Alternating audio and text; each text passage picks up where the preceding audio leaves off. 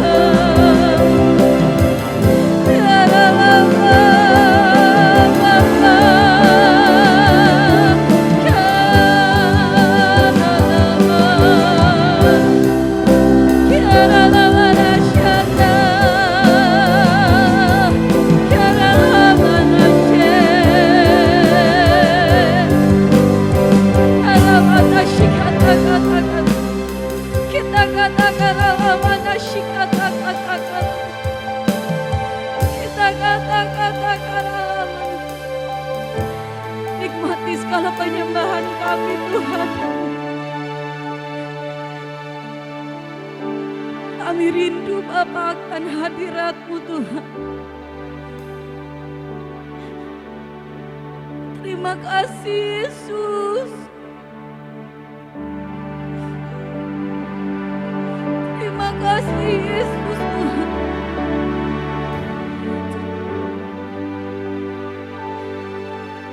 Dalam hadirat-Mu ada kemenangan Bapa.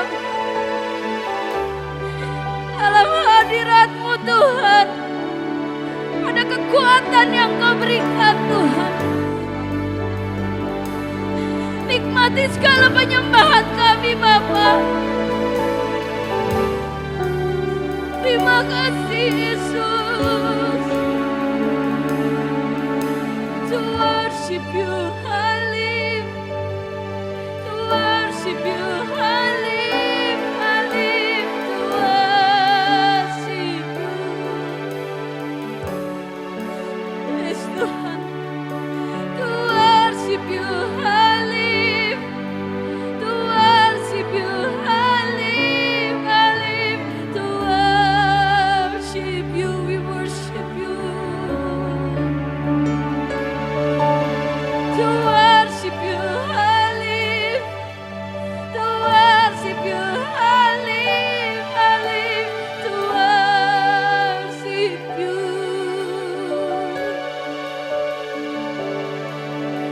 To worship You I live. To worship You I live. I live to worship You.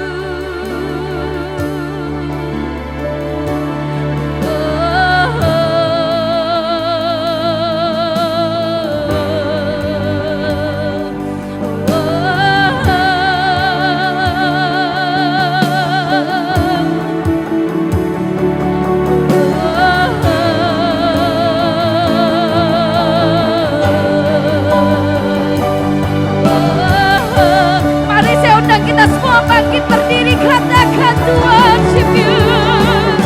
To worship You I live. To worship You I live. I live to worship You. We worship You.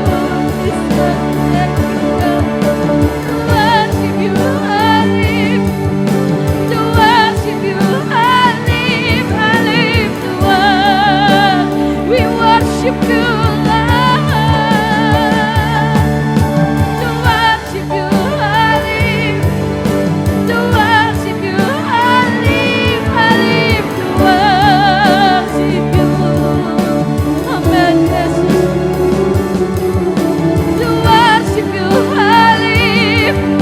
To worship You I live. I live to worship. Yes, Jesus. Oh, glory.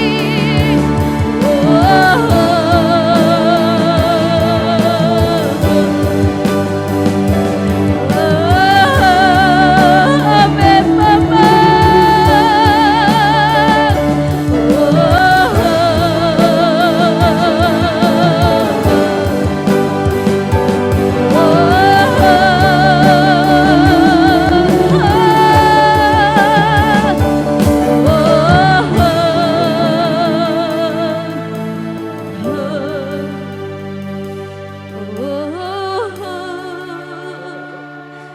Terima kasih Yesus.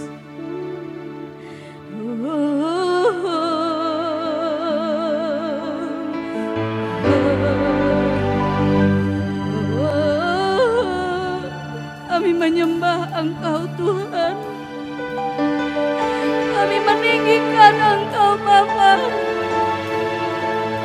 Sebab Kau yang layak terima pujian kami Yesus. Terimalah segala penyembahan kami Bapa. Terimalah segala pengagungan kami Tuhan. Oh Bapa.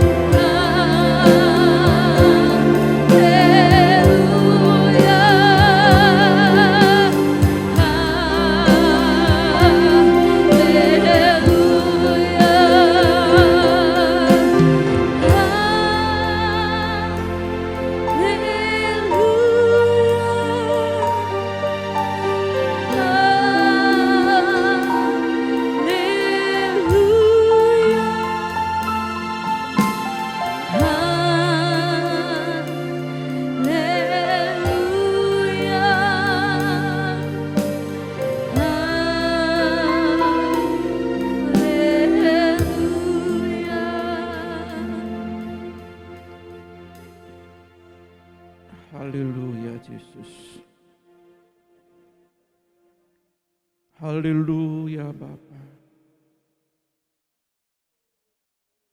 Inilah yang bisa kami berikan kepadamu. Hanya bisa pujian dan penyembahan kami. Biarlah ini semua berbau harum kepadamu Bapakku. Kami rindu menyenangkan-Mu setiap saat Tuhan. Kami rindu memberikan dari hati kami yang paling dalam Tuhan. Betapa banyaknya Tuhan Engkau lakukan kebaikan demi kebaikan kepada kami anak-anak-Mu. Kami ada dalam hadirat-Mu Tuhan. Terima kasih Yesus.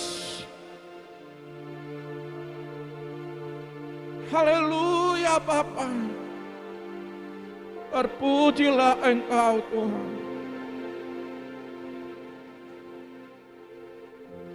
Urapi kami Bapa. Urapi sidang jemaat-Mu.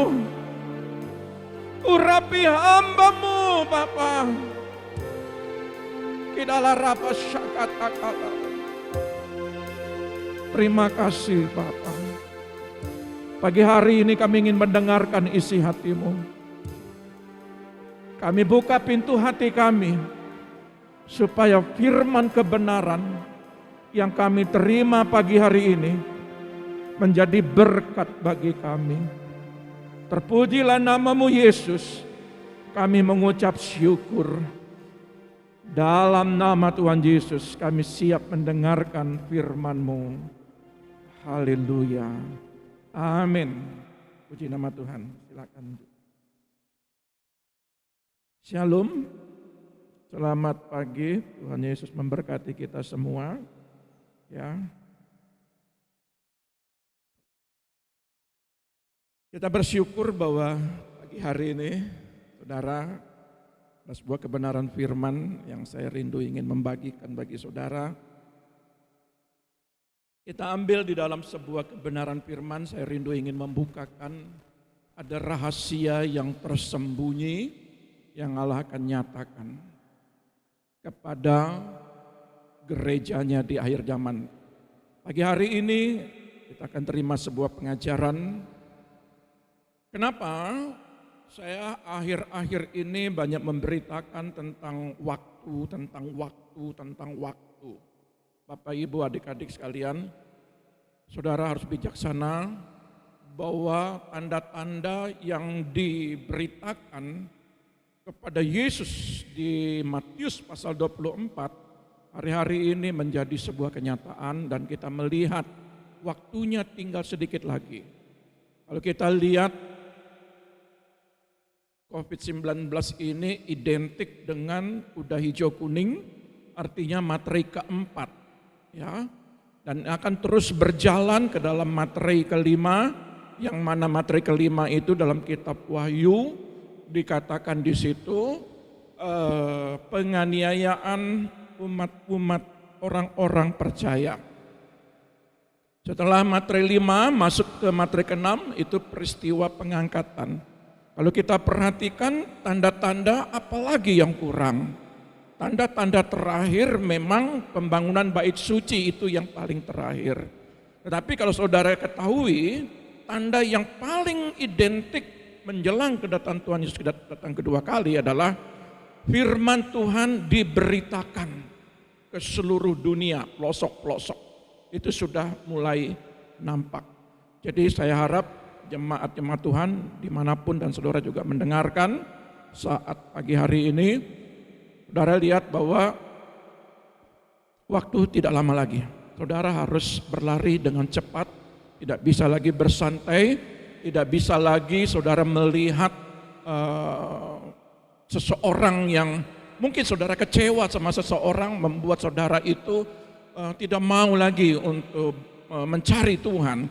Saya berharap buanglah rasa kekecewaan, manusia itu tidak sempurna. Untuk itulah kita harus banyak membenahi diri kita ini, karena kita punya kepentingan diri kita sendiri untuk memperoleh mahkota. Sebab itu pagi hari ini saya rindu bahwa apa sih rahasia yang tersembunyi selama ini. Tuhan menyingkapkan sejak di Taman Eden itu, ya, di Firdaus, saudara lihat bagaimana komunikasi antara Tuhan dengan Adam dan Hawa. Terus mengenai kejatuhannya, Tuhan berusaha mencari ketika mereka, ya, sepasang suami istri ini dibuang, dilemparkan keluar sampai Firdaus, dan mereka hidup di dalam kehidupan mereka sehari-hari, dan mereka beranak cucu. Bahkan Tuhan pun juga rindu untuk pemulihan demi pemulihan. Bayangkan Sodom dan Gomora tidak bisa untuk pertobatan umat-umatnya. Demikian juga air bah dalam zaman Nuh juga demikian. Terus pengorbanan Yesus juga masih terus. Tuhan berusaha supaya umat-umat Tuhan itu mari kembali. Dan sekarang ada sebuah kebenaran firman Tuhan.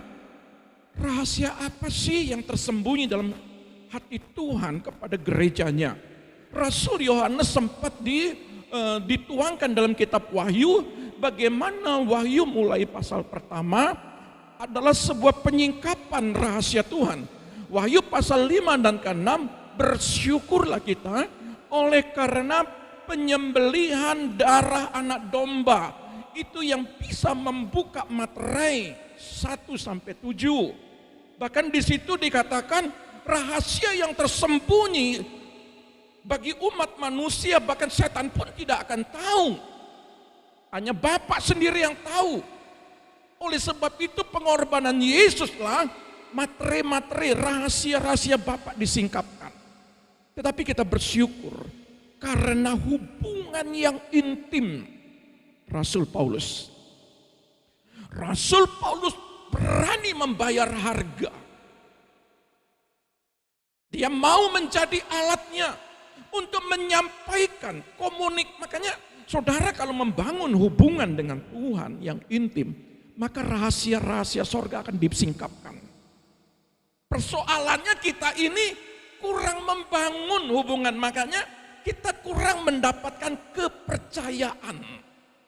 Kalau saudara membangun hubungan yang intim, saudara bukan sekedar melihat Tuhan berbicara, tetapi bukan sekedar apa yang tertulis dituangkan dalam Alkitab, tetapi ada rahasia-rahasia sorga yang belum disingkapkan. Itu yang dia akan nyatakan kepada gerejanya di akhir zaman.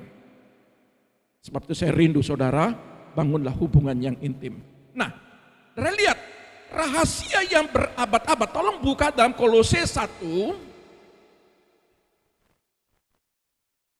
ayat 25 dan 26.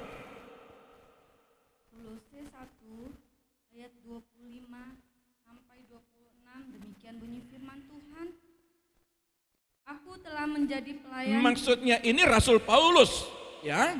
Terus menjadi pelayan jemaat itu sesuai dengan tugas yang dipercayakan Allah kepadaku untuk meneruskan firman-Nya dengan sepenuhnya kepada kamu. Dengan sepenuhnya apa yang dia terima, dia diberitakan kepada kita. Terus yaitu rahasia yang tersembunyi dari abad ke abad, ya, dan dari turunan ke turunan, tetapi yang sekarang dinyatakan kepada orang-orang kudus-Nya. Bersyukur. Yang tersembunyi akibat hubungan yang intim antara Rasul Paulus. Dia berani bayar harga, membuang kenyamanannya, bagaimana kedudukannya, bagaimana dia hidup di dalam kemewahannya, jabatannya. Dia singkirkan itu semua. Sama seperti Rasul Petrus. Tetapi Rasul Paulus ini hebatnya, dia luar biasa. Dari yang membunuh umat-umat Tuhan, dia betul-betul meninggalkan itu semua. Dia mencari, dia berkomunikasi yang intim. Bahkan waktu dia dipanggil, Tuhan sendiri yang berbicara. Tuhan sangat tahu pribadi seseorang. Dia tahu meskipun jahat sekalipun Rasul Paulus, dia tahu masa depan. Bagaimana nanti Rasul Paulus ini? Tuhan tidak pernah salah memilih kita. Tuhan tidak pernah salah memilih hamba-hambanya. Tuhan tidak pernah salah memilih umat-umatnya. dia menentukan mau jadi apa ke depan. Tetapi respon Rasul Paulus ini, dia mau membuka hati, dia mau menerima pewahyuan demi pewahyuan. Dia berani bayar harga. Maka dikatakan, aku ini pelayan Tuhan. Apa yang aku terima dengan kesungguhan hatiku, dengan sepenuhnya, aku akan beritakan. Aku berani bayar harga, waktu, tenaga, ya, baik itu biaya sekalipun. Dia berikan itu semua kepada Tuhan. Yang penting adalah rahasia Bapa yang tersembunyi ini akan disingkapkan melalui pribadinya. Puji Tuhan, saya rindu saudara seperti itu. Nah, dari lihat Kolose 1 ayat 25-26 ini, bagaimana supaya rahasia itu bisa tersingkapkan, bagaimana supaya kita itu menjadi pribadi yang dipercaya. Mudah, tapi sulit. Mudah, tapi sulit. Sulit untuk apa? Untuk dilakukan. Mudah menerima pewahyuan, mudah mendengar, tetapi untuk meremakan mungkin bisa. Sedikit sekali yang berani bayar harga untuk melakukan apa yang dia terima. Saudara lihat, di ayat 23, syarat untuk mengetahui rahasia Allah. Ya. Bagaimana caranya saudara mau lihat ke depan? Bagaimana nanti anak-anak saudara ke depan?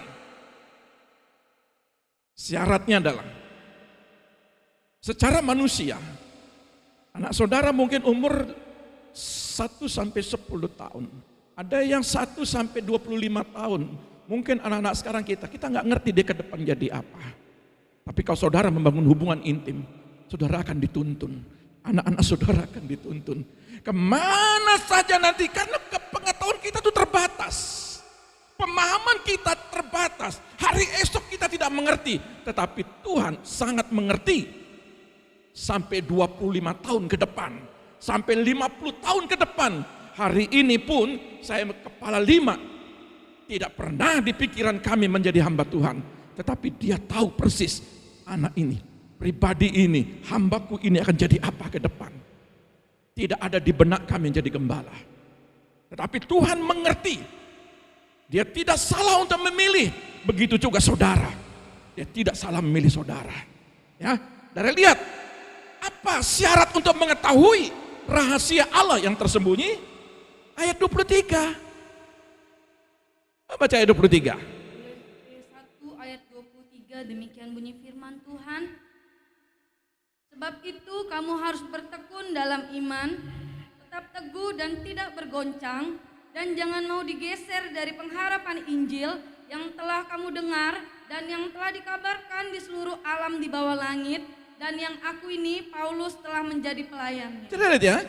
Jadi syaratnya ini sebenarnya di ayat 23. Yang pertama itu harus bertekun dalam iman. Tidak boleh. Tetap teguh. Terus tidak bergoncang. Saudara kan tidak mengerti. Mungkin punya anak sekarang. Masih tingkat SD. Untuk SMP bagaimana? Untuk SMA bagaimana? Untuk kuliah bagaimana? Bagaimana nanti pilihannya apa? Dunia pendidikannya atau jurusannya apa? Biayanya bagaimana? Kan saudara tidak mengerti kan? Saudara kerja hari ini, saudara menabung untuk hari esok. Tapi yang saya tahu cara Tuhan adalah Dia sanggup mengadakan yang tidak mungkin menjadi mungkin. Yang tidak ada menjadi ada. Itu perbedaan Allah kita yang kita percayai dengan orang lain yang mempercayai Allah mereka. Kita ini berbeda. Dari zaman Abraham itu janji yang akan dinyatakan, digenapi.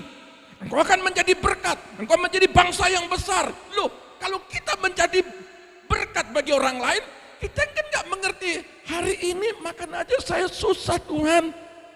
Itu pikiranmu. Tetapi pikiran Tuhan berbeda. Ini yang disampaikan Rasul Paulus.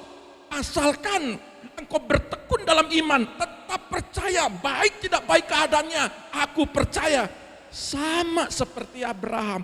Meskipun istriku ini mati pucuk, bahasa Ibraninya nekros. sudah tidak mungkin lagi. Batang pohonnya sudah ditebang, nggak mungkin lagi ada tunas. Dia sudah kering pohonnya ini, sudah tidak mungkin. Tapi apa yang tidak mungkin bagi Tuhan? Kalau dia membawa, asalkan engkau bertekun dalam iman. Sekali Yesus tetap Yesus. Ya, dalam situasi keadaan sekarang, saya dengar banyak berita-berita yang mengguncangkan umat-umat percaya khususnya di Afghanistan. Tapi bagi saya pribadi, tanpa seizin Tuhan, tidak akan terjadi. Tapi kalau itu terjadi, karena Tuhan punya kepentingan supaya mereka kembali berseru kepada Tuhan. Tuhan punya kepentingan semua. Saudara lihat, tetap teguh. Teguh itu artinya pegang erat-erat. Sama seperti wanita yang pendarahan, dia bukan sekedar memegang tangan Yesus, kaki Yesus, dia hanya memegang jubah jumbai. Jubah jumbai itu apa ya, di sekitar jubahnya itu ada model kayak kepang di situ, ya. Itu aja dipegang bisa sembuh. Apalagi, jadi kalau kita bertetap teguh di dalam kepercayaan kita untuk mengerti kehendak Tuhan, rahasia Tuhan akan tersingkapkan. Tidak boleh bergoncang, ibarat kapal diombang-ambing. Arus ke kanan, arus ke kiri, pengajaran ke kiri, pengajaran ke kanan. Itu orang yang terombang-ambing. Ya, kalau saudara ingin pekerjaan, pengajaran roh itu pengajaran yang paling tertinggi. Karena pekerjaan roh sekarang akan disingkapkan. Yang tidak mengerti akan mengerti, yang tidak tahu akan diberitahu. Walaupun dalam wujud bukan seperti pribadi manusia, Yesus hadir di zaman anak. Sekarang zaman Roh Kudus, dia tidak bisa dilihat. Tetapi kalau kita menyadari, dia terus ada dalam hati kita. Dia selalu berbicara pada pribadi kita. Dia selalu berbicara dalam hati nurani. Kalau saudara peka, maka di hati nurani saudara, Tuhan selalu mengingatkan, menasehati, berbicara, menolong, menuntun, membawa, semua lengkap. Ya, dan jangan mau digeser dari pengharapan Injil yang telah kamu dengar. Pengharapan, kalau kita mau mengerti rahasia kita diberkati, nggak boleh bergeser. Apa yang dikatakan dalam Alkitab, satu contoh. Seperti Sarai, itu contoh kecil saja. Kamu tahun depan, kamu akan punya anak. Dia ketawa. Makanya namanya kata Ismail itu, ya, kata Ishak itu, karena kalau diartikan itu tertawa. Sepertinya nggak yakin, ya. Tetapi ketika Abraham berkata, meskipun ini tidak mungkin namun aku percaya. Itu contoh kecil. Contoh janda Sarpat. Janda Sarpat itu kalau lihat situasi besok saya mati. Ya.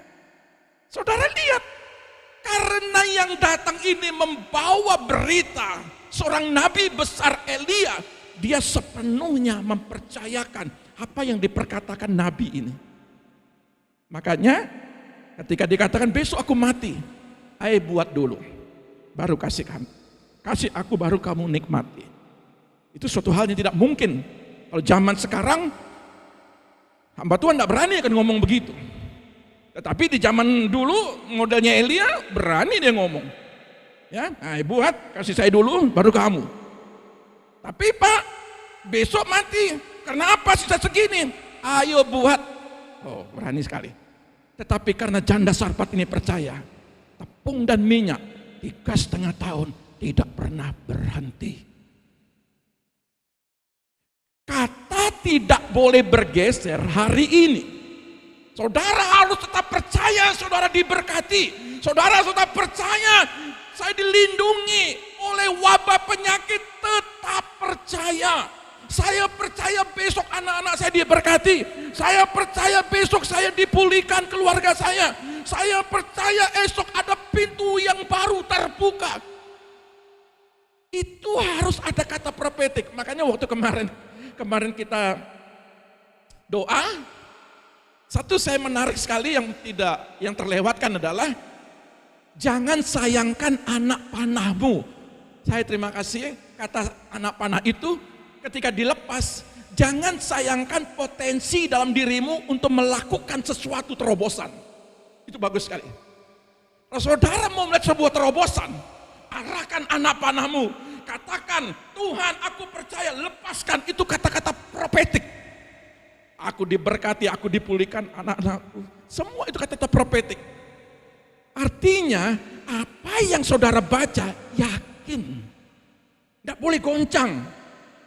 Makanya saya selalu berkatakan kalau orang yang minta sesuatu, bergumul sesuatu, saya selalu berkata, ingat ya, tidak boleh bimbang. Betul kata firman, orang yang bimbang tidak dapat apa-apa. Sekalipun biji sesawi, sekecil biji sesawi, iman sebiji sesawi kecil pun, ya, sekecil ini, dia sanggup memindahkan gunung. Itu kata firman, perumpamaan.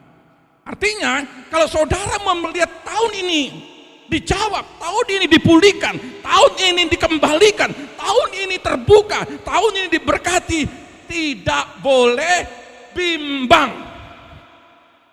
Itu kuncinya. Tidak boleh ragu.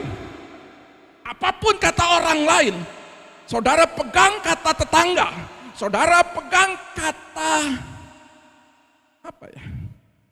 manajemen.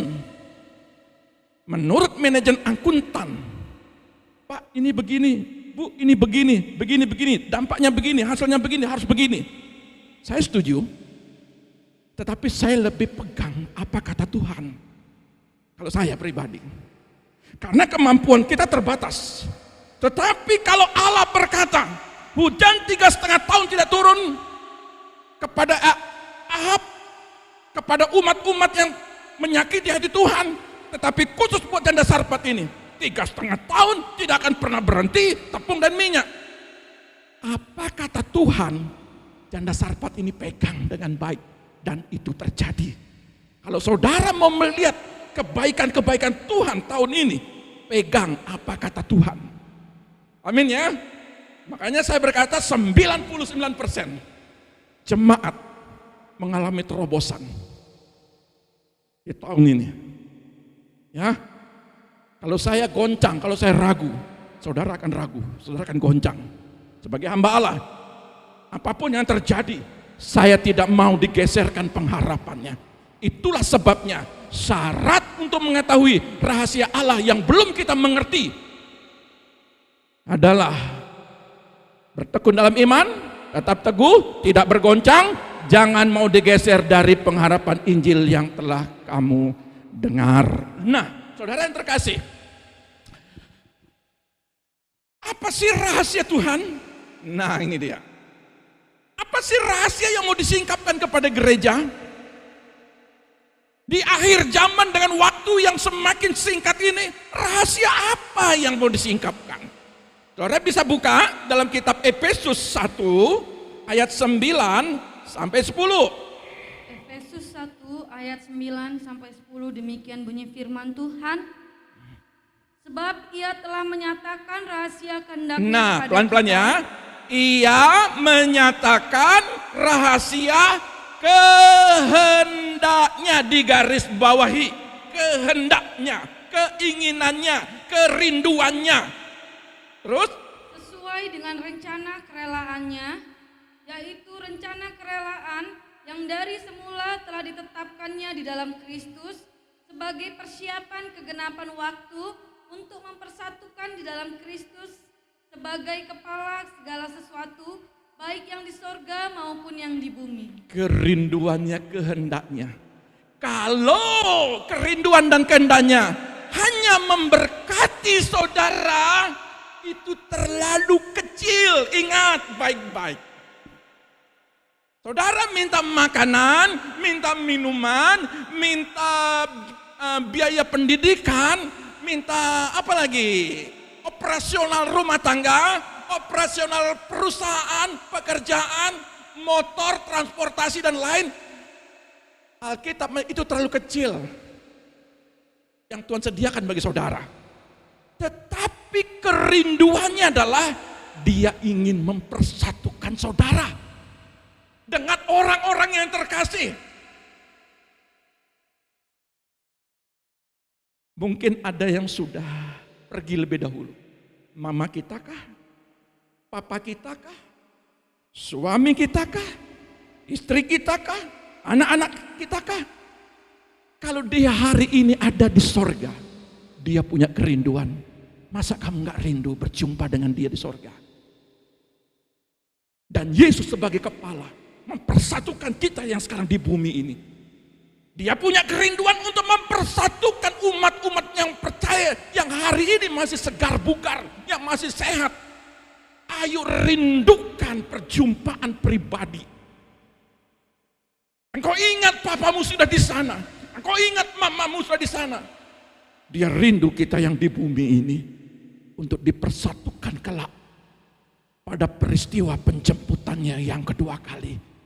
Dia akan mempersatukan saudara yang ada di bumi dengan yang ada di sorga.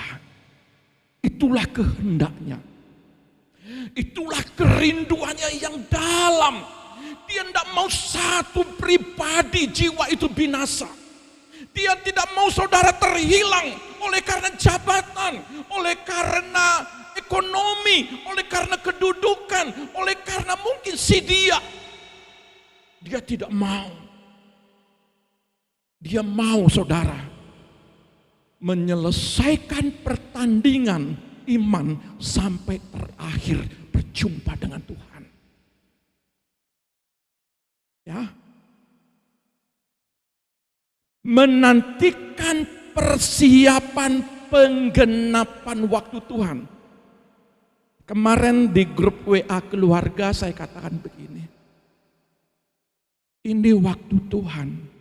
Kita sedang menunggu sangkakala berbunyi.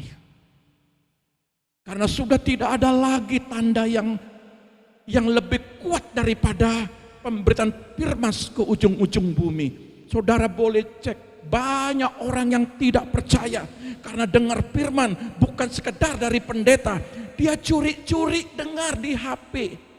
Kalau nyata-nyata berapa banyak masuk penjara, berapa banyak dibunuh, dia bisa curi-curi, mungkin di gua, mungkin ada lagi di sawah, mungkin ada lagi di kamar mandi, dia bisa lihat firman. Berapa banyak kalau saudara dengar di YouTube. Mereka bertobat minta dibaptis. Kurang apa lagi penggenapan firman? Bulan menjadi darah, matahari menjadi gelap gulita. Semua dalam kitab Yoel sudah diberitakan. Kita generasi terakhir yang menyaksikan nubuatan-nubuatan para nabi. Apalagi saya harap saudara bijaksana. Cari Tuhan dengan usaha yang kuat, yang sungguh-sungguh untuk mempersiapkan diri saudara sebagai mempelai Kristus. Persiapkan penggenapan waktu Tuhan. Mempersatukan di sorga dan yang di bumi. Nah, saudara lihat. Dalam Efesus 1 ayat 13 dan 14. Efesus 1 ayat 13 sampai 14, demikian bunyi firman Tuhan. Di dalam Dia kamu juga, karena kamu telah mendengar firman kebenaran. Kamu sudah menerima firman kebenaran hari ini juga, yaitu Injil keselamatanmu. ya. Di dalam Dia kamu juga, ketika kamu percaya, dimateraikan dengan Roh Kudus yang dijanjikannya itu. Dan Roh Kudus itu adalah jaminan bagian kita sampai kita memperoleh seluruhnya, yaitu penebusan yang menjadikan kita milik Allah untuk memuji kemuliaannya. Kata Roh Kudus sebagai jaminan, bahasa Ibraninya itu arabon. Arabon. Ya. Arti jaminan itu begini. Kalau saudara transaksi, enggak usah miliaran, enggak usah jutaan, ratusan juta. Ya, 1 juta, 2 juta saja. Saudara pakai kwitansi dan di situ ditaruh pasti, tidak mungkin tidak materai. Tanda bukti dia sah. Sebuah transaksi, apakah itu di kertas, apakah itu di kwitansi, harus ada materai. Itu sah, legalitas. Saudara kalau mau di dalam pengertiannya, kalau saudara ingin berjumpa dengannya, arabonnya itu Roh Kudus. Ketika saudara percaya, maka saudara diikat dengan Roh Kudus bahwa saudara milik Dia. Itu penting. Nah, Roh Kudus ini, Pak, apakah orang berdosa melakukan dosa ada Roh Kudusnya? Manusia ketika percaya, Roh Kudus sudah menguasainya. Lalu bagaimana ke depan, Pak, nanti berjumpa dengan Tuhan? Itu hak prerogatif Tuhan. Segala sesuatu, apa yang kau lakukan, apa yang kau perbuat, kata dalam kitab, engkau akan bertanggung jawab. Tetapi bukan berarti ketika saudara melakukan dosa, lalu Roh Kudus itu pergi meninggalkan saudara. Dan dia tetap mengingatkan saudara. Makanya terang gelap itu, ketika ada lilin, itu menjadi sumber terang. Roh Kudus menjadi sumber terang bagimu. Dia selalu mengingatkan, selalu. Ketika saudara marah, kecewa, melakukan dosa, apapun dosa saudara, Roh Kudus pasti mengingatkan saudara. Dia berbicara, cuma kadang-kadang kita suka mengabaikan. Masa begini salah Tuhan? Ya bohong kecil-kecilan Tuhan. Kayaknya ini kan bohong putih Tuhan. Ada lihat? Tapi Roh Kudus bilang, nak, itu salah. Nak, itu tidak baik. Roh Kudus selalu berbicara. Ketika saudara percaya, maka Roh Kudus akan menjadi jaminan bagi kita untuk berjumpa dengan Dia. Ya. Nah, terlihat di dalam pengertian firman Allah yang hidup, bagusnya begini.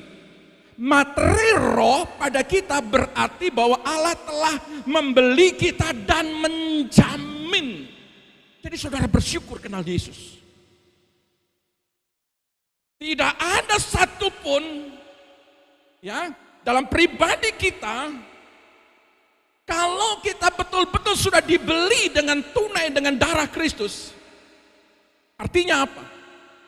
Kita semua menjadi miliknya Dia. Cuma persoalannya, kita selalu menyingkir atau meninggalkan atau mengabaikan pengorbanan Kristus. Begitu saja perbedaannya. Saudara lihat, Roh Kudus membeli kita dan menjamin akan membawa kita kepadanya. Inilah satu alasan lagi bagi kita untuk memuji Allah kita yang mulia. Tidak ada alasan saudara untuk tidak datang memuji. Pak, saya sibuk. Bu, saya hari-hari ini begitu padatnya. Saudara, apapun alasannya saudara, saudara sudah dibeli dengan darah yang mahal. Saudara bukan milik saudara lagi. Saudara milik Kristus. Karena Dia membeli dengan darahnya. Itu rahasia Bapa yang disingkapkan sampai mati di kayu salib. Dia menggenapi apa yang disampaikan Bapaknya selama Dia ada di surga.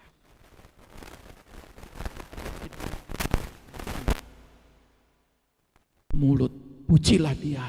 Saudara punya mata, bacalah firman. Saudara punya tangan.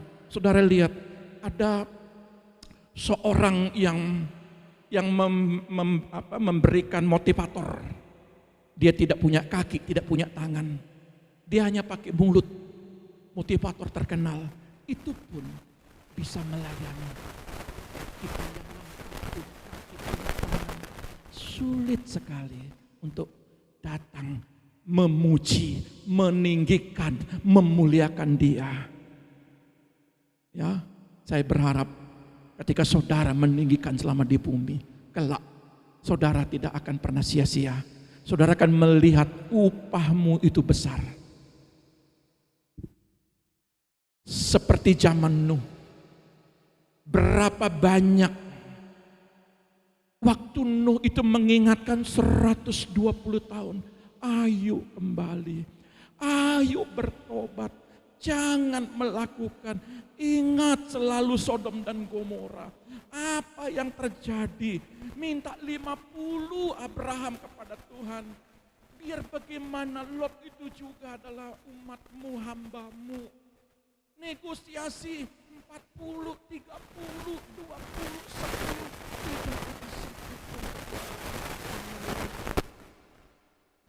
Istrinya pun binasa. Zaman Nuh ini pun dari sekian banyak umat manusia hanya 8 orang. Kalau hari ini saya berharap semua mengerti hati Tuhan. Jangan satu yang tertinggal. Jangan engkau menjaga hatimu, artinya engkau mengikat egomu untuk sebuah perubahan. Kalau memang saudara melakukan sebuah kesalahan, apa susahnya saudara datang kepada Tuhan? Itu untuk kepentingan saudara. Kalau memang itu untuk kepentingan anak, istri, suami, keluarga saya, kenapa enggak engkau melakukan apa yang terbaik buat keluargamu, buat pelayananmu? Saudara lihat, zaman Nuh ini jangan terulang. Alkitab mencatat seperti zaman Nuh, mereka melakukan banyak dosa. Tetapi ketika pintu anugerah sudah tertutup, sayangnya binatang sepasang-sepasang, domba, merpati, singa, semua akur di dalam bahtera. Gak ada saling cakar-cakaran, gak ada saling makan antara singa dengan domba. Mereka sepasang-sepasang masuk dalam bahtera Nuh, dan Nuh memimpin di situ. Ya, tetapi sayangnya hanya 8 orang. Saya berharap sorga itu dipenuhi dengan jiwa-jiwa. Saudara sudah mengerti Injil kebenaran firman. Jangan sampai rencana rahasia Tuhan yang sudah disingkapkan Rasul Paulus untuk mempersatukan kita kepada keluarga kita yang ada di sorga, dan Yesus menjadi kepala. Kita berjumpa, memuji Dia, haleluya. Puji Tuhan tadi ya, pujiannya haleluya, itu pujian sorga. Suamimu, orang tuamu berkata haleluya, dan di Tuhan rindu, ini lihat keluargamu, ayo aku persatukan kamu. Maka itu pegang iman Tuhan. Pegang iman, jangan bergeser, jangan goncang, jangan bimbang, supaya saudara bisa berjumpa dengan orang-orang terkasih bersama-sama kita dengan Tuhan. Itu rahasia yang disingkapkan. Nah, saudara lihat ayat 15 sampai 17. Kita akan terus di Efesus. 1 ayat 15 sampai 17, demikian bunyi firman Tuhan. Doa untuk pengertian tentang kemuliaan Kristus. Karena itu, setelah aku mendengar tentang imanmu dan aku tahu imanmu, terus dan tentang kasihmu terhadap semua aku orang tahu kudus, kebaikanmu, aku tahu engkau banyak menolong orang, engkau simpati pada orang lain, terus aku pun tidak berhenti mengucap syukur karena kamu, dan aku selalu mengingat kamu dalam doaku dan meminta kepada Allah Tuhan kita Yesus Kristus, yaitu Bapa yang mulia itu, supaya Ia memberikan kepadamu roh hikmat dan wahyu untuk mengenal Dia dengan benar. Minta roh hikmat dan pewahyuan untuk mengenal Dia dengan benar. Kalau hari ini saudara belum dijawab Tuhan, kalau saudara kenal baik Dia, saudara tidak akan kecewa. Kami mengenal Tuhan dengan baik. Bukan berarti saudara tidak mengenal. Saya percaya. Tetapi seberapa kemarin, betapa panjang dan lebarnya ketika malaikat diperintahkan untuk mengukur Yerusalem, pelajaran kemarin. Saudara tahu? Disitulah Tuhan bilang, jangan ukur lagi, aku tahu imannya, aku tahu kasihnya, ini bersambung. Maka aku sendiri yang akan menjadi pagar berapi. Artinya adalah, saudara perhatikan, supaya kita diberikan pewahyuan untuk mengenal Allah dengan benar, ya, setiap kita itu punya kekurangan. Maka di sini dikatakan Rasul Paulus, aku mau berdoa bagimu. Kalau ada di tengah-tengah keluarga kita yang dalam notabene-nya ada kelemahan, mungkin jatuh dalam dosa, saudara hadir sebagai pendoa. Rasul Paulus menjadi mentor. Saya berharap saudara, mentormu itu pendoa. Kalau mentor saudara pendoa, ujung-ujungnya dia akan memberikan solusi apa yang disampaikan Tuhan lewat pewahyuan, lewat pengertian ketika dia duduk dalam doa. Saudara akan sukses. Saudara akan dinasehati, tidak sedikit dibimbing. Kalau yang rada-rada ditegur. Kata mentor itu bapak rohani. Coba lihat ya. Rasul 12 rasul, mentornya siapa? Yesus. Dinasehati, ditegur. Itu pun ketika Yesus pergi 3 hari masuk dalam goa. Ya, 3 hari. Ketika selesai di kayu salib, dikuburkan 3 hari. Baru 3 hari ditinggal. Murid-murid 12-nya lari. 3,5 tahun dimentor sama Tuhan. Mukjizat kesembuhan, pemulihan, kasih makan 5.000 orang. Lazarus dibangkitkan, yang buta melihat, yang lumpuh berjalan, dinasehati. Begitu makan bersama, dinasehati. Ketika tidak berdoa, Petrus, Yakobus, Yohanes, nggak sanggup kamu berdoa 1 jam saja? Dinasehati. Begitu ada gelombang badai, habis Yesus berdoa, tiba-tiba dia berjalan di atas air. Hai orang kurang percaya. Coba lihat, tidak sedikit Tuhan itu mementor 12 murid. Tapi apa yang terjadi? Ada yang menyangkal, ada yang tidak percaya Thomas, ada yang menjual menyalibkan Yudas. Saya berharap kalau saudara menjadi mentor, mencari mentor, cari mentor pendoa. Jangan tukang gosip. Tukang gosip dia akan memilah, oh ini keluarga ini tuh begitu, ya enggak apa-apa. Yang itu aja enggak apa-apa kok. Tapi kalau pendoa, dia akan bawa saudara. Dia akan gumuli saudara. Sama seperti Rasul Paulus ini. Maka dikatakan di sini Rasul Paulus, ya. Dikatakan dalam ayat 15 ini, ya. Karena itu setelah aku mendengar tentang imanmu dan Tuhan Yesus dan tentang kasihmu terhadap semua orang kudus, aku pun tidak berhenti mengucap syukur karena kamu. Dan aku selalu mengingat kamu dalam doa.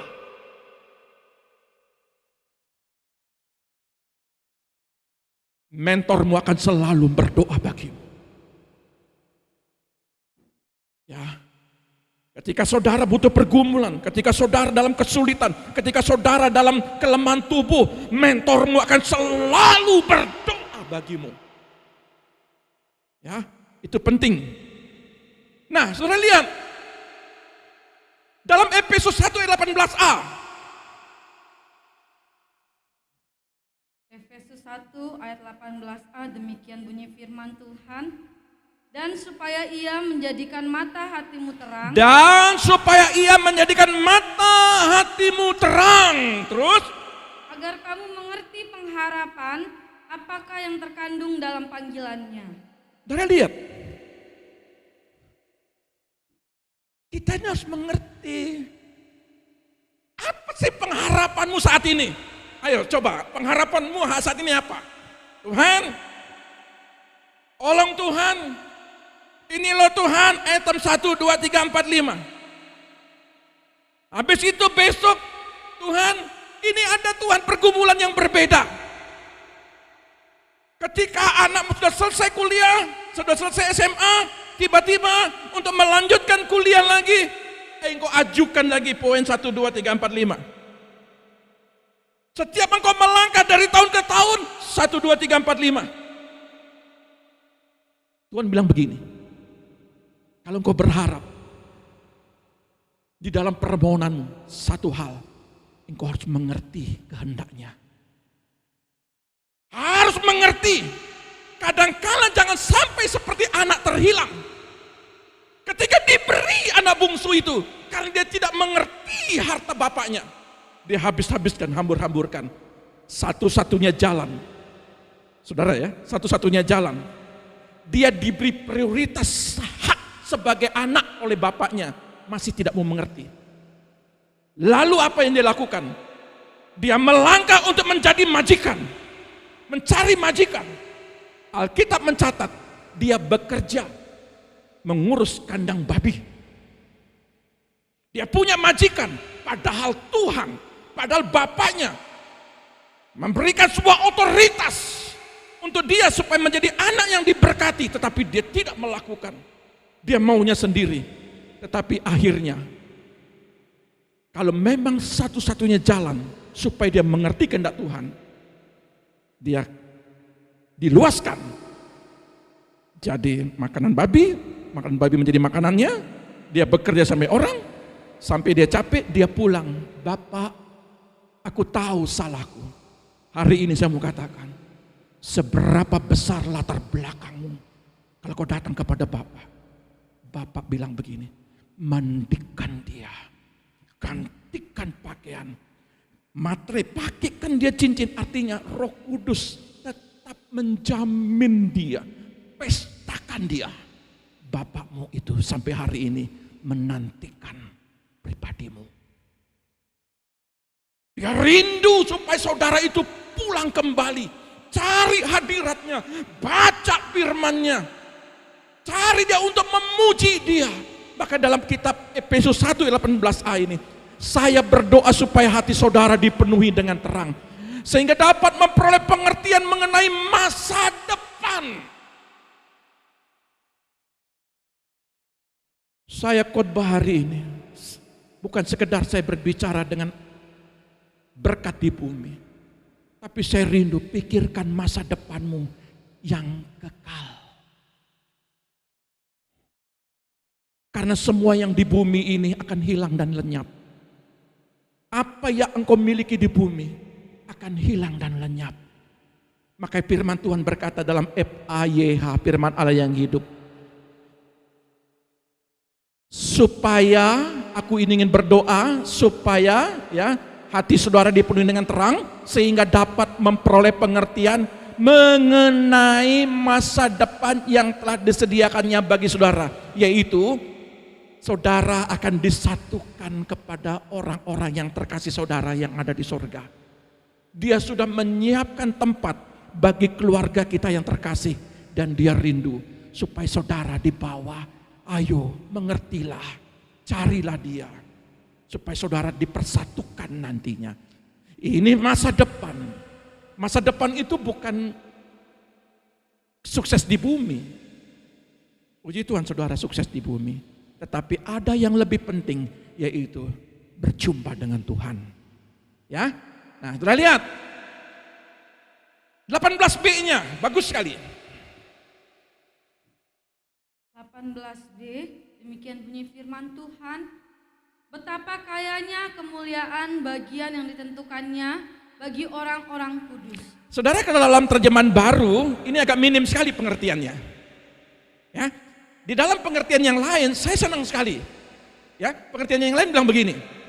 Juga supaya kalian tahu betapa melimpah berkat-berkat yang indah disediakan Allah bagi umatnya. Itu bagusnya begini.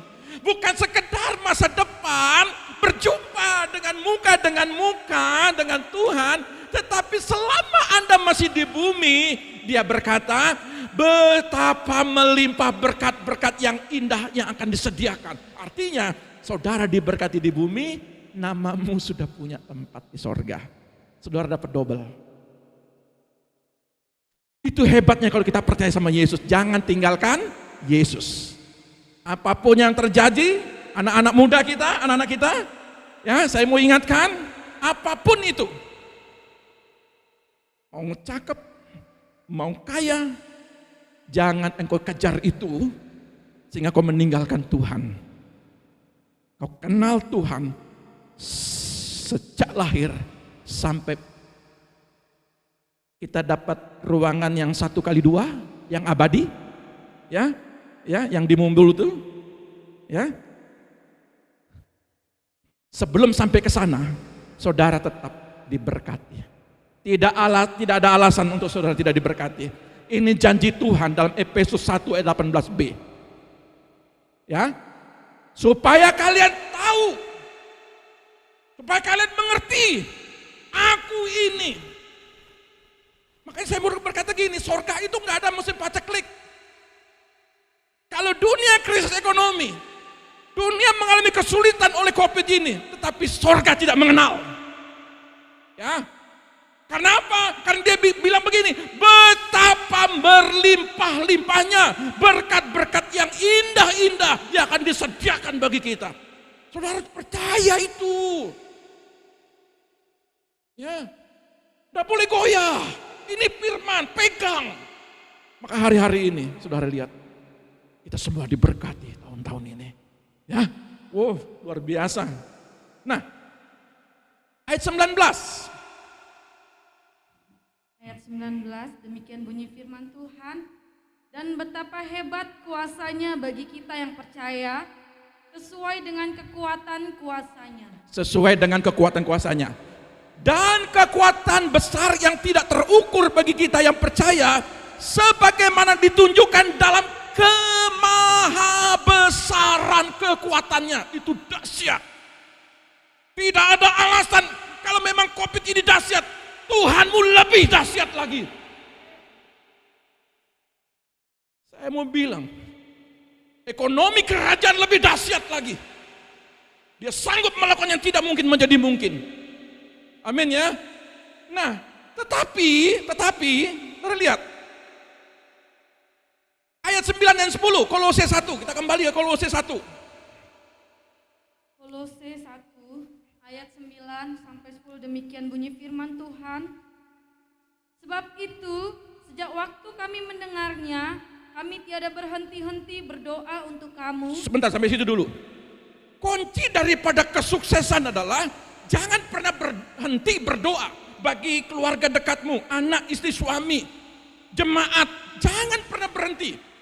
Kami terus berdoa, ada punya tugas dan tanggung jawab, ya, supaya kita itu menjadi pendoa. Terus kami meminta supaya kamu menerima segala hikmat dan pengertian yang benar untuk mengetahui kehendak Tuhan dengan sempurna, sehingga hidupmu layak di hadapannya serta berkenan kepadanya dalam segala hal. Dalam segala hal.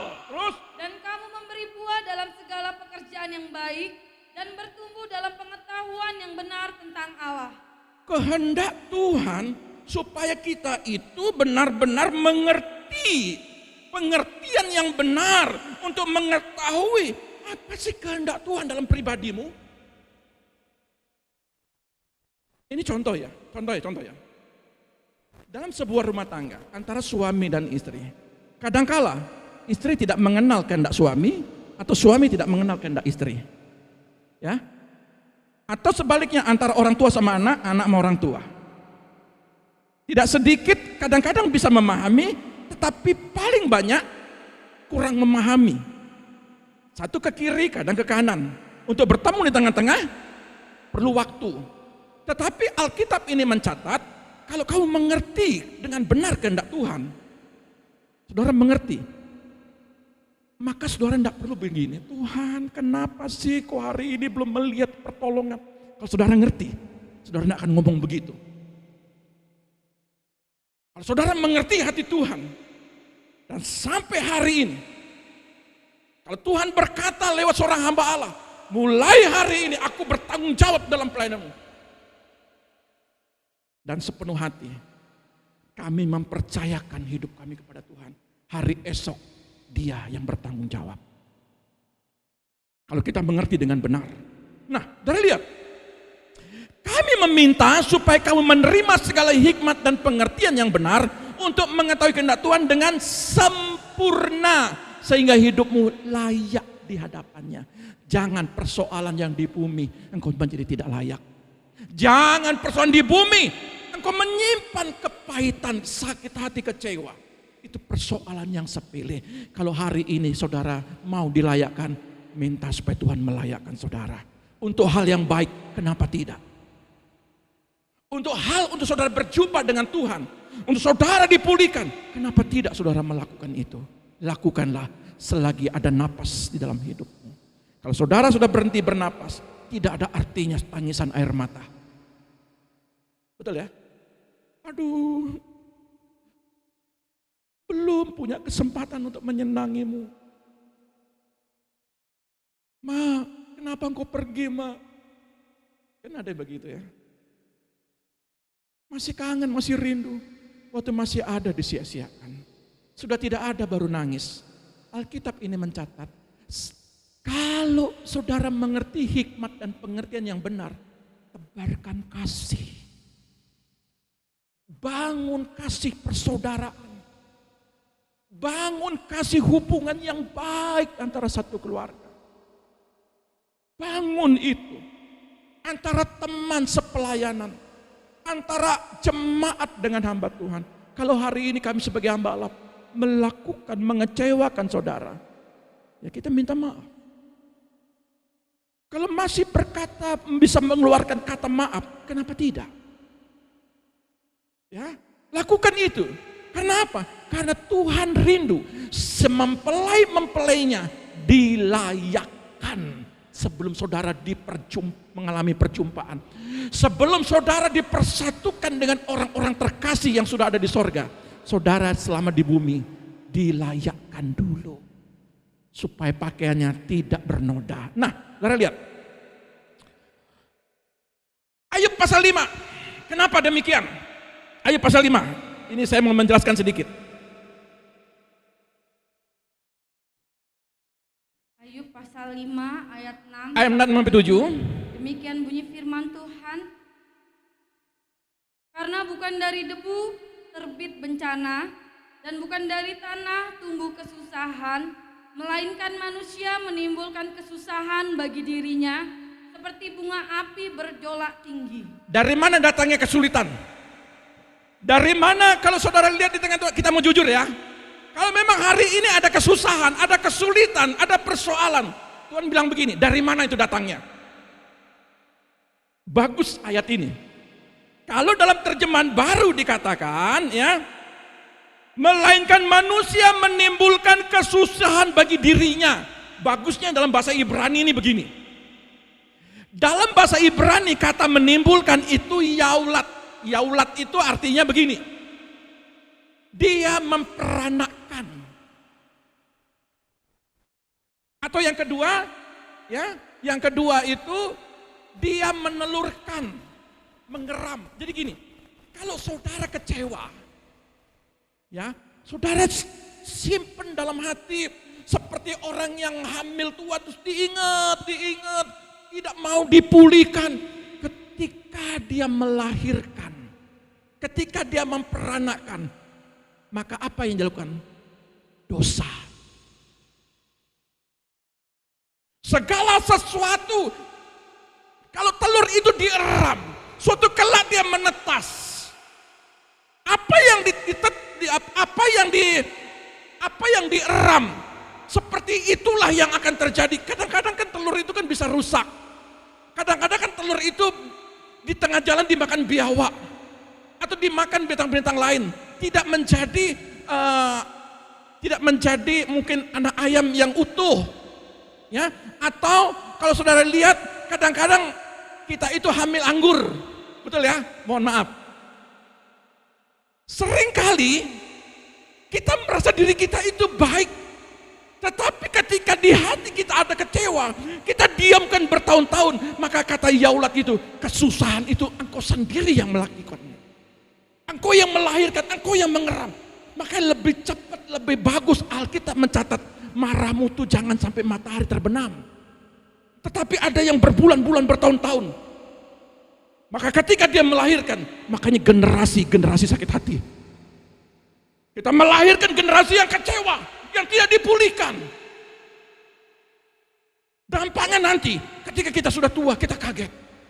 Loh, kenapa begini anak saya? Karena kita mengeram kekecewaan. Dan anak-anak akan melihat, ini papa mama saya begini. Suatu kelak dia akan melakukan hal yang sama. Dan kita kecewa. Hari ini saya mau katakan, selagi bisa engkau dipulihkan, jangan biarkan Yaulat ini terjadi dalam keluargamu. Karena kesusahan dan kesulitan, karena kita sendiri yang buat. Terus, ayat 8-nya. Ayat 8, demikian bunyi firman Tuhan. Tetapi tentu aku akan mencari Allah. Nah, Ayub bilang begini, aku bukan bilangan Yaulat itu. Aku tidak mau keluarga itu mengalami kekecewaan. Tetapi aku, kata Ayub, apa dia bilang? Tentu aku akan mencari Allah. Aku akan cari Tuhan. Dan kepada Allah aku akan mengadukan perkaraku. Setiap persoalan datang kepada Tuhan, sampaikan. Ayat 9. Ayat 9.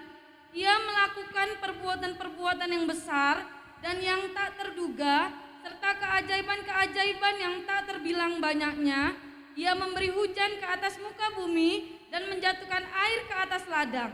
Saudara lihat, kalau saudara punya persoalan hari ini, jangan biarkan itu sampai melahirkan kesulitan demi kesulitan di tengah-tengah anak dan keluarga kita. Biarkan cukup sampai di situ. Jangan biarkan sampai menetas seperti telur yang menetas. Kalau memang itu buruk, cepat dipulihkan.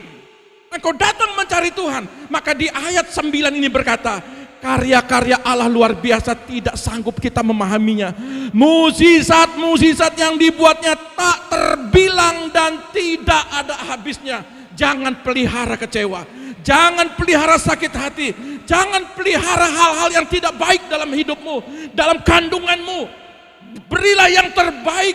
Jadikanlah generasi yang dipulihkan. Kalau kau dipulihkan, anak-anakmu dipulihkan, maka tersedia apa? Rahasia Tuhan, kehendak Tuhan yang akan dinyatakan setiap keluarga. Adalah karya-karyaku. Karya-karya Allah itu luar biasa akan terjadi bagimu saat ini. Dan tidak sanggup kita memahaminya. Kok hari ini sudah ditolong, besok diberkati yang lebih hebat. Itu yang akan terjadi. Engkau tidak akan pernah memahami hari-hari ini. Ini masa sulit, ini masa susah, keadaanku begini. Tetapi Tuhan akan lakukan perkara-perkara ajaib yang akan dibuatnya. Dan tidak terbilang banyaknya, betapa hebatnya, dan tidak pernah habis. Selalu anggur baru tersedia bagimu. Kalau engkau mau dipulihkan, jangan goyah, jangan goncang, jangan digeser. Itulah rahasia. Maka rahasia Tuhan adalah Ia akan melakukan perbuatan besar hari ini. Amin. Percaya Yesus. Saudara akan lihat tahun ini, tahun diberkati. Tuhan Yesus memberkati kita. Kita datang kepada Tuhan.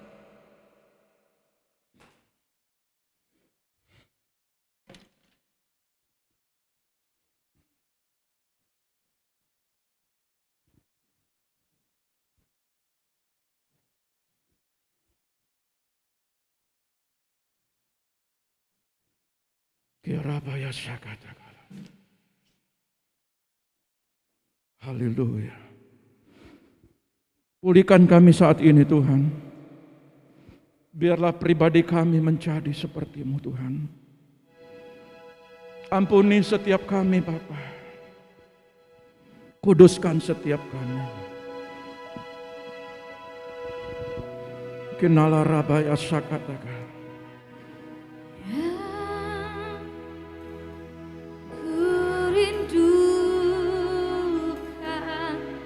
Hanya Kau Yesus. nyatakan pribadimu dalam hidupku.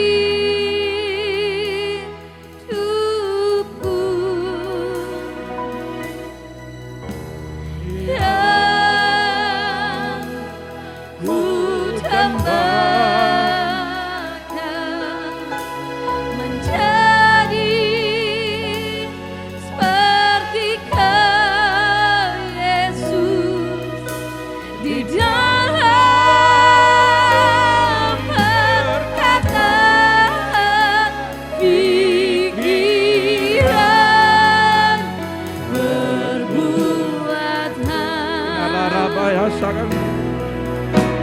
menjadi seperti Kau Yesus, menjadi seperti Kau Yesus, menjadi sempurna dalam seluruh hidupku.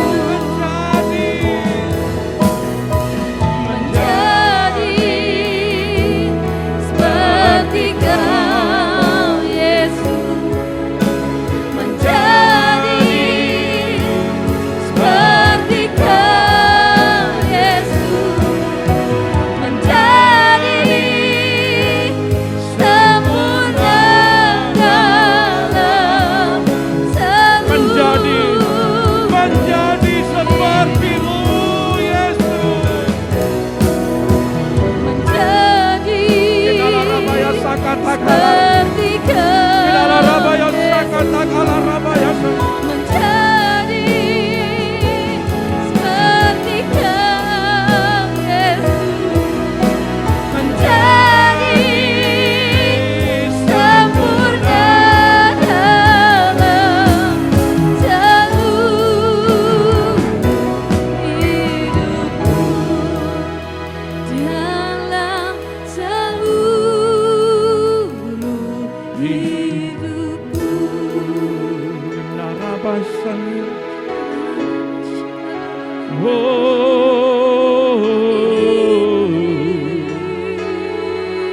Haleluya. Terima kasih. Haleluya. Kinala Rabaya Shesh.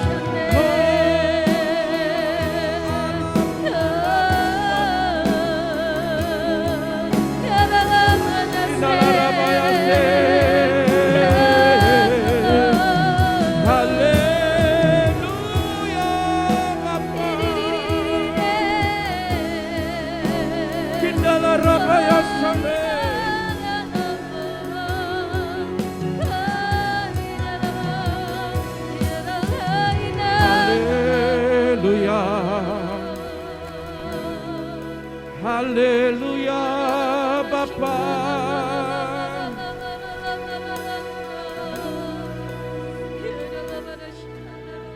Menjadi seperti Kau, menjadi seperti Kau. Pulihkan kami Tuhan, menjadi sempurna dalam seluruh hidup. Menjadi seperti Kau Yesus, menjadi seperti Kau Yesus, menjadi sempurna dalam seluruh hidup. Doa hamba-Mu Tuhan, pulihkan jemaat-Mu, pulihkan keluarga lepas keluarga, Pulihkan bagi mereka yang mendengar di sarana media kami. Berkati mereka Tuhan. Biarlah Tuhan menjadi berkat. Kami berdoa saat ini. Bapa, biarlah mereka dipulihkan. Kami berdoa saat ini, Engkau akan melakukan perkara-perkara besar setiap umat-umat-Mu. Tahun ini adalah tahun Tuhan melakukan perkara besar. Terima kasih Bapa. Kami mengucap syukur. Di dalam nama Tuhan Yesus, kami yang diberkati, sama-sama katakan haleluya. Amin. Tuhan Yesus memberkati. Sebab Kau besar, perbuatanmu ajaib, tiada seperti Engkau, tiada seperti Engkau. Sebab Kau besar, perbuatanmu ajaib, tiada seperti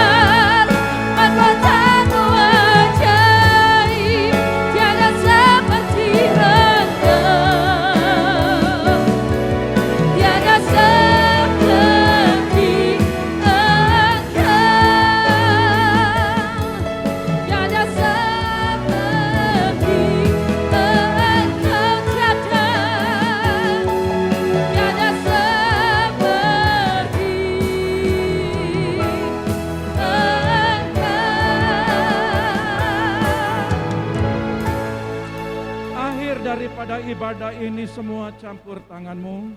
Terima kasih Bapakku yang baik. Kami percaya, kami tetap beriman kepadamu. Kami tidak goncang, kami tetap setia. Kami tetap percaya dengan teguh iman kami. Kami tidak pernah Tuhan lagi ada kebimbangan dalam hidup kami. Sekali percaya, tetap kami percaya kepadamu. Tahun ini adalah tahun umat-Mu, diberkati Tuhan. Di dalam nama Tuhan Yesus terjadi Tuhan. Terima kasih Tuhan, semua campur tangan-Mu. Angkat kedua belah tangan-Mu, terimalah berkat Bapa Sorgawi. Diberkatilah keluarga-Mu, diberkatilah anak-anak-Mu, diberkatilah kesehatan-Mu, diberkatilah pendidikan anak-anak-Mu, diberkatilah lumbung-lumbung-Mu. Apa yang Engkau kerjakan lewat tangan-Mu akan dibuat berhasil. Setiap kakimu melangkah akan selalu dituntun oleh Tuhan. Engkau diberkati di bumi dan Engkau namamu tercatat di sorga. Dalam nama Bapa, Putra dan Roh Kudus, yaitu dalam nama Tuhan Yesus. Katakan saya yang diberkati. Haleluya.